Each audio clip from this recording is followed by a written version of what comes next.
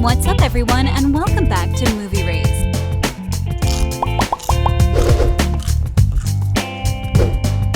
Perhaps Disney will never make a direct continuation of Zombies 3, but they are for sure making Zombies the Reanimated series. The thing you should know is that the project won't continue the story of the third film, meaning that it won't continue right after Zombies 3 stops. Instead, it'll follow the years prior to the events of the first film. Set in a world where people learn how to treat others with respect, Zombies is filled with messages about prejudice, discrimination, and acceptance. Sadly, the franchise has just released its final part, and despite Disney confirming that this is it, no more live-action Zombies films will be made, fans are craving and asking for more. The last film ends on a good note, with people, zombies, werewolves, aliens, and mermaids apparently living in harmony. After the success of the first two films in its franchises, the third one gives a proper conclusion to the story. The film features several major plot twists, most of them revolving around the female protagonist Addison. She and Zed are trying to achieve some goals before going to college together. Addison is preparing for the much-awaited cheer-off while her boyfriend tries to get into college. Based on their love of each other, the couple always assume that they'll have a future together, but the arrival of the new species in Seabrook interrupts their plans and reveals some surprising facts about Addison's past. If you haven't seen the last film yet, you better leave this video for later because we are about to reveal some major spoilers. So, how does Zombies 3 end? As previously mentioned, the fan-favorite couple has one goal to accomplish at the beginning of the film. They want to get into the same college so that they can stay together. Zed is feeling a bit overwhelmed because of the pressure he's feeling. If he gets into college, he'll open the door for all the other monsters in Seabrook. I don't know why, but after watching the franchise, I feel so wrong when using the word monsters. Anyways, this is when the aliens arrive in Seabrook and change Zed and Addison's future. The minute these new species arrive, Seabrook starts panicking. I mean, normally their first instincts tell them that the species are the enemy, but the aliens assure them that they come in peace and they are here to take part in the cheerleading competition, which is, of course, not the reason they're here. They came to Seabrook following the destruction of their planet and are now looking for the map of their new planet Utopia. The coordinates are hidden in the most precious thing in Seabrook, which they believe is the Seabrook Cup. You see, the aliens received a message from their scout who had come to Earth a very long time ago looking for a new home, found the Utopia, and hid its coordinates in the most precious thing. But when Addison wins the cup, the coordinates aren't in it. Later, everyone realizes that the map is hidden in Addison. This leads her to revealing that she's actually an alien. By the way, if she's not the alpha of the werewolves, who is? Do you guys have any theory? Let us know. Anyway, the female protagonist of the series had white hair, which always made her wonder about her origins. It turns out that the alien scout we were talking about was none other than Addison's grandmother. At one point during the message, we hear the grandmother saying, "It's time for you to smash that like button if you haven't done it already."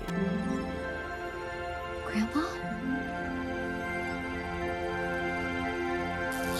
Now, seriously, the revelation that Addison is an alien leads to everyone realizing that her grandmother referred to her when she said she hid the map in the most precious thing in Seabrook. Addison was the thing she loved the most, so the coordinates are actually in her DNA. Everyone is happy and satisfied after the aliens reveal that their leader has to go with them because the coordinates aren't fixed. They keep changing, and in order for the aliens to arrive in Utopia, they need to take Addison with them. Obviously, this means that they'll have to say goodbye to her life in Seabrook, her family, friends, and going to college and her beloved boyfriend Zed. Her future goals with Zed fade away. They always planned to go to the same college and she had already secured a place at Mountain College. But after some struggles, Zed gets accepted too. But with his girlfriend leaving with the aliens, they no longer have a future together. This is until Addison manages to make the aliens realize that her grandmother was thinking about Seabrook all the time. Yeah, Seabrook is Utopia. All this time they've been looking for some place where they can lead a peaceful life without realizing that this is it. This is a place Angie referred to. The female protagonist explains this is a beautiful speech, saying that Seabrook is now the place where zombies, werewolves, and humans live in harmony. The film leaves us on a happy note with Addison and Zed reunited. Sadly, we won't see them in their college years, and we can only hope they get married, have children, and grow old together. Seeing them all grown up taking care of the children would have been incredible, don't you think so? though? Anyways, near the end of the film, we're seeing that Seabrook is now welcoming other creatures as well. Somewhere in the future, the town was filled with mermaids and even vampires. It means that the creatures in the town learned how to accept each other's differences while living in peace and harmony. This is it, guys. This is the end of the beloved franchise, and the next Zombies project won't be a live action. Instead, it'll be an animated feature that will serve as a prequel.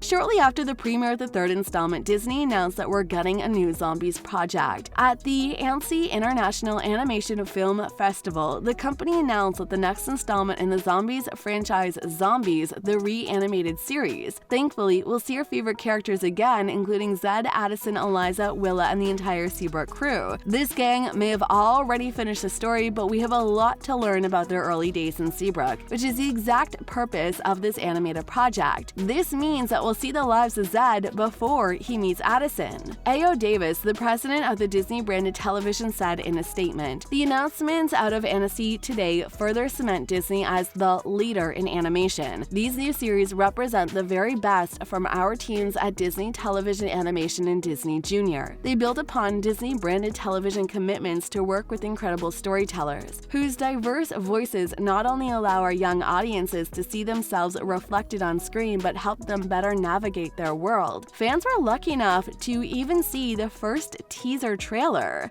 Werewolves or anything else. We've got a surprise for you. There is a lot more in store for Seabrook. Coming someday soon.